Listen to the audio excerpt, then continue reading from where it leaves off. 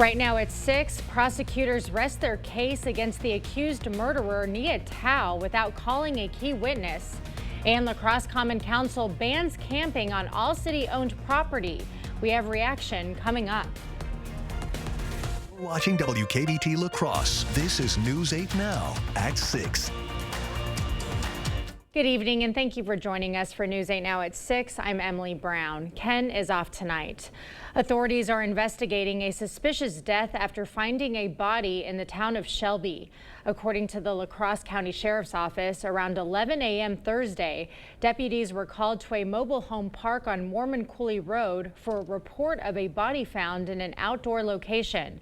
In La Crosse County Court today, a judge found probable cause to charge 55-year-old John Stumlin with hiding a corpse. Stumlin is set to appear in court on Monday afternoon. A motorcycle crash in Wood County killed a Wausau man and injured 2 others last night. It happened around 7 p.m. at the intersection of Highways 10 and N in Milladore Township. Investigators say 86-year-old Marlene Furrow of Junction City failed to yield at a stop sign. Her vehicle collided with a motorcycle, killing its driver, 60-year-old Alonzo Dvorak of Wausau. The crash severely injured Dvorak's passenger, 57-year-old Monica Dvorak, who was airlifted to the hospital. Furrow also suffered injuries and went to the hospital in a personal vehicle. The Wood County Sheriff's Office and Wisconsin State Patrol are now investigating the crash.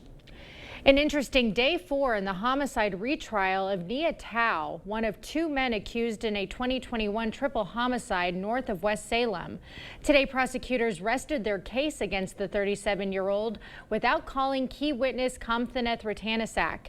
He's the other man accused in the killings who pled guilty to 1 count of first-degree intentional homicide as part of a deal to testify against Tao.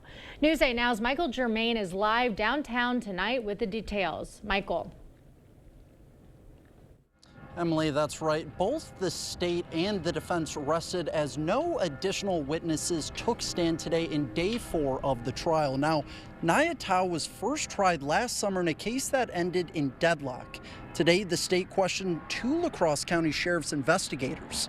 Lead investigator Fritz Leinfelder told jurors they were unable to determine who purchased the gun used to commit on the murders. But they know it was bought at Gander Mountain and that the store's bankruptcy and closure prevented them from accessing the record of sale. She was worried for her safety. She was concerned that she may be killed over this incident. Now, court will meet again here on Monday at 8:30 a.m. with closing statements followed by jury deliberation. Reporting live in La Crosse, Michael Germain, News 8 Now. All right, thank you, Michael. And we'll be sure to update you on air and on the web with more details. Quite a fall-like day today with some showers actually going on, some afternoon cloud cover and that northwest wind behind a low, and that's what we've experienced so far this afternoon and this evening. Especially go further north too right now. Eau Claire up to Ladysmith, that's where a lot of these showers are coming through right now, dropping the temperatures back into the upper 50s in some cases, when dropping about 5 to 600 of rainfall. That'll continue throughout the evening, less as you go further south. Still some cloud cover and keeping those temperatures in the mid to upper 60s in a few spots, including La Crosse in the 70s. Big picture shows that everything is rotating around the low to the north, really bringing in that cooler air that will continue to influence our weather as we go on. But for this evening, still a few showers could continue, but I think most of it will taper off as we go throughout about 9 to 10 p.m. There's La Crosse, temperatures getting back down to 60. Less in the way of cloud cover as we go through Eau Claire. The showers will continue for a few hours before we start seeing quickly clearing skies at 56. And not to rule out Ashley for the Arts too, cloud cover, but also they'll start losing that and temperatures getting back down into the upper 50s. Later on, we'll kind of break down after we have a chilly overnight what the weekend has in store. The good news is we are going to see the temps come up a little bit, but not quite to where we should be, so I'll break that down a bit later. Yeah, what a chilly weekend we have for all these outdoor festivals. Yes. Everyone bundle up, kind of. Okay, thank you, Greg. Yesterday evening, La Crosse's Common Council voted to ban camping on all city-owned property. News 8 Now's Allison Fergott spoke with residents and groups about the ban today. And Allison, what reactions are you seeing? Emily, there's a range of responses right now. While some residents are happy with the ban, others think it has the potential to make things worse. The measure to ban camping barely passed, getting the minimum 7 votes required. The decision comes as a relief to some La Crosse residents who say the encampments are destroying public property. But others worry about where the unsheltered will go and think the move could potentially make things worse. Those who work closely with the unsheltered community share that sentiment, saying it will be difficult to get those people services now. It'll be harder because we don't know where they all are staying. When there's a place like the Marsh or when there was Huska, we could go down there and feed some of our families and be able to find them that way. But for local law enforcement agencies, getting people out of the marsh is a win. Right now, when there's an emergency in the marsh, it's hard for officials to safely get in and out of the area. La Crosse's police chief, Sean Coudron, spoke in favor of the measure during last night's meeting. And we did reach out today for comment from the mayor's office and the police department about how this ban would be enforced. They have yet to respond with an official comment. Emily? All right, thank you, Allison. Well, expect an enhanced experience at the Ashley for the Arts Music Fest this year. The 3-day Art and Music Fest in Arcadia is celebrating its 15th anniversary with bigger and better food, art, and entertainment. New additions to the festival include line dancing lessons, an extreme pogo stunt show, and a Dragoonies flame show. The festival ultimately offers a wide range of opportunities to support local art. It's always fun, and I've been here many times, and I love supporting the Ashley for the Arts. I think it's a great cause and a great thing for the whole regional area. The big concert lineup for tonight includes The Script at 7 p.m. and Journey at 9 p.m. Tiger Lily Gold, Lokish, and Bret Michaels are the performers tomorrow night. Tickets for adults start at $45 and $25 for children. A fatal plane crash. 61 passengers are killed in a plane crash in Brazil. We'll have all the updates when we come back.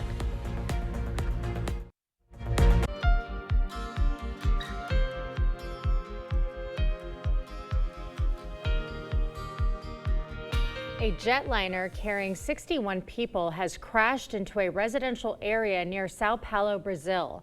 The plane was on the way to Sao Paulo's International Airport when it went down and burst into flames Friday afternoon. There were 58 passengers and 4 crew members aboard, but it wasn't immediately clear whether there were any survivors. Yeah, I'm really sorry to say I don't see how this could be a survivable crash at all. If the crash itself were not a fatal jolt, the post-crash fire would be unfortunately fatal. Now, the cause of the crash is unknown. CBS News aviation safety analyst and former NTSB chairman Robert Sumwalt says an international investigation will soon get underway because the plane was manufactured in France and its engines came from Canada. The Vopas plane departed from Cascavel in Brazil's Paraná state. Former President Donald Trump and Vice President Kamala Harris have now agreed to a debate. They are set to take the stage together September 10th on ABC, but until then, the two will compete for attention on the campaign trail. Harris is stopping in the battleground state of Arizona today, and Trump in Montana, where there's a key Senate race. Our Washington correspondent Julia Benbrook has the latest as both candidates hope to continue drawing crowds. Since she became the Democratic presidential nominee, Vice President Kamala Harris has held several high-energy rallies, proving that Donald Trump is not the only candidate who can draw a crowd. Her campaign estimates her biggest rally so far had about 15,000 attendees, a detail that seems to be getting under the former president's skin. Are you worried at all about the size of Harris's crowds? Oh, give me a break. Trump has long been known for drawing large crowds himself, but also for hyper-fixating on how many people attend his events and exaggerating those numbers. In history, for any country, nobody's had crowds like I have. With Harris experiencing momentum, Trump tried to take back the narrative with an hour-long, sometimes meandering news conference on Thursday. He proved he's ready to go on the attack, criticizing her intelligence and pushing her to take more questions from reporters. She hasn't done an interview. She can't do an interview. She's barely competent. and she can't do an interview. Harris, who has not done a sit-down interview since President Joe Biden withdrew from the race, says she's working to get one on the calendar. I've talked to my team. I want us to get an interview scheduled before the end of the month. And after lots of back and forth, the presidential debate hosted by ABC is now on the schedule. The two candidates agreed to meet September 10th. Reporting in Washington, I'm Julia Benbrook. A fest that celebrates the Irish in all of us. We're taking you inside the 19th annual Irish Fest in La Crosse in just a few minutes. Definitely fall-like for your weekend, but maybe not quite as chilly as we had today, given that Sunday we actually might get closer to 80, but still not where we should be. I'll break down when we actually will see some August heat and humidity coming up on your first warm weather update after the break.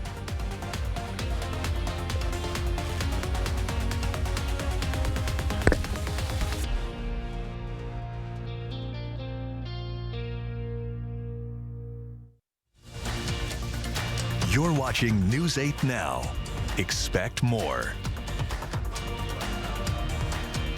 Today, the 19th annual Irish Fest kicks off. Every year, the festival celebrates Irish literature and heritage. President Pat Stevens says it's only gotten bigger and has become folks' summer premier festival. He also says what festival goers can expect this year. We are featuring a whole story of the Titanic. Everybody knows the Titanic movie, but a lot of people don't know that that ship, the Titanic, was built in Northern Ireland by the Irish at that time. So we're going over the whole history of that. Coming up at 10, we'll be speaking to festival goers who come year after year. Well, you're likely going to be dressing a bit warmer for this year's Irish Fest. Hopefully you have a green sweater lying around because it's going to be a little chilly. Let's send it over to Greg for the latest on our weekend forecast. Yeah, definitely going to need the jacket as you go throughout the evening hours, both today and tomorrow. During the day tomorrow won't be as bad, but still nothing where we should be for August, really. It's because of this low continues to spin up to the north. It brought a cold front through several days ago, but now it's just wrapping up. This cooler air begins to push into the area along with afternoon cloud cover, and that afternoon cloud cover results in some showers, especially further north you go with this northwest wind. So this air mass will reside over the area through this weekend, but we will see some improvements here. So even clouds and showers for a lot of areas. Showers to go further north, probably till about 10, and then we should see all that activity kind of decrease. Less clouds tomorrow, still breezy in the afternoon.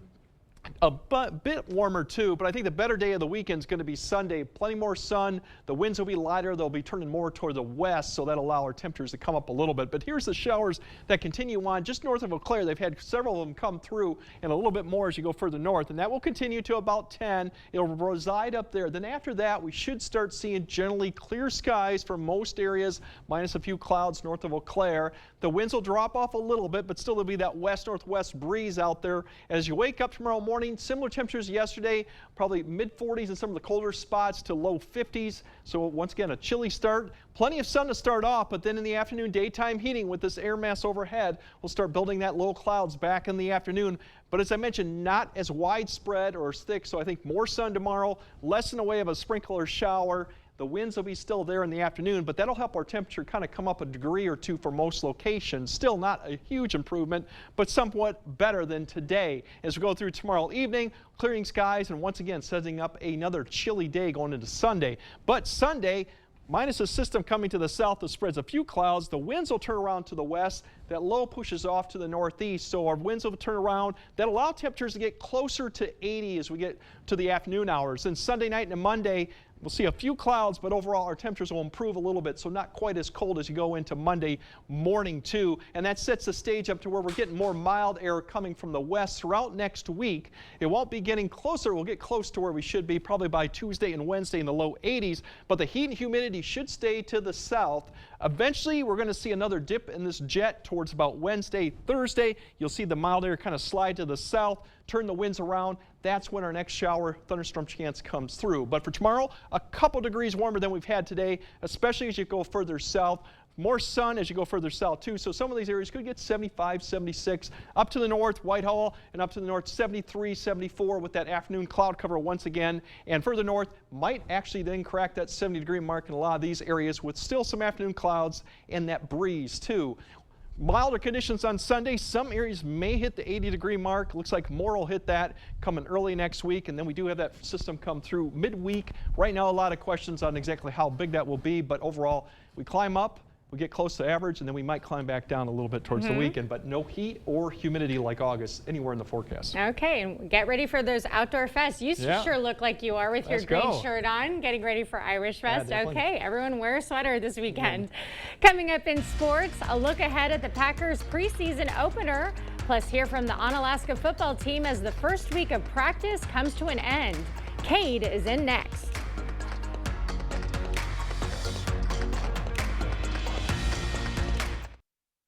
Covering all of the exciting action from your community. Here's News 8 Now Sports with Cade Overton. Day 4 of the high school football season. Yesterday, we heard from one half of last year's co-MVC champs in La Crosse Central. And today, I was down at Onalaska's practice to see how the Hilltoppers are feeling going into the year. Last year, the Hilltoppers finished the year 8-4, going 6-1 in MVC play, getting co-MVC champs with Central, and they made it to the level 3 of the Division III playoffs before being knocked out by Rice Lake. This season, the Hilltoppers have some work to do. Like most high schools, they lost a lot of key seniors and are going to have to fill some holes throughout the depth chart. But that makes for focused, competitive practices as almost everybody's fighting for a spot to make that starting lineup. You know, you always have an idea of where guys are going to fit in, but some guys show up and they really perform well and earn more roles or earn a bigger role, and that's kind of the fun of high school football, is just the unknown at times. Everyone's fighting every day to get a spot, move up in the rankings, and our mindset coming in every day is work hard at your position. Every rep counts. They'll have to make the most of those reps because 2 weeks from today, high school football games will be played. Onalaska will open up their season against West Salem in what's always a fun matchup. This weekend, Packer action is back as Green Bay will travel to Cleveland for their first preseason game of the season. Kickoff set for 3:25 tomorrow afternoon. It'll be broadcasted on the Packers TV network. The beginning of the game should be a lot of fun. Jordan Love expected to start in the opener. Coach LaFleur said there's a lot of value going through the motions to get ready for the game. Just don't expect him to be in for very long. Twins playing 2 games against the Guardians today. Game 1, second inning. Minnesota already up 1, and Carlos Santana wants more. Crushes this ball into the upper deck. Minnesota goes up 2. 4th inning, Ryan Jeffers steps in, and he's going to send this one out to left field. Looked like a pop-up off the bat, but it's going to sail over the fence for a solo shot. Minnesota takes game 1, 4-2. They'll go again tonight at 7.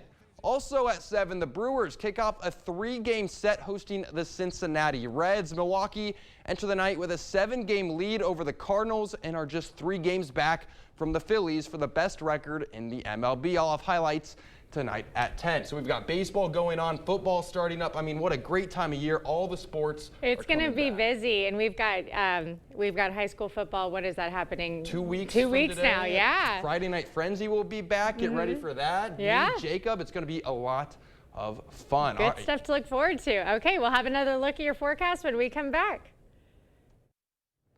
Well, we still might see a few showers, mainly north of La Crosse or even north of Eau Claire, but the cloud cover will begin to decrease later. 53, still chilly, upper 40s up to the north. Those showers will probably taper off about 10 p.m. or so. The winds will die off, but still, you'll definitely need the jacket later on. Waking up tomorrow morning chilly, a little bit better Saturday, a little bit better Sunday, and then we get back close to 80s going to early next week. Right type of forecast. Yeah, I love it. Not mine, but we'll enjoy it while it lasts. Okay, well, thank you for joining us at 6. We'll see you at 10.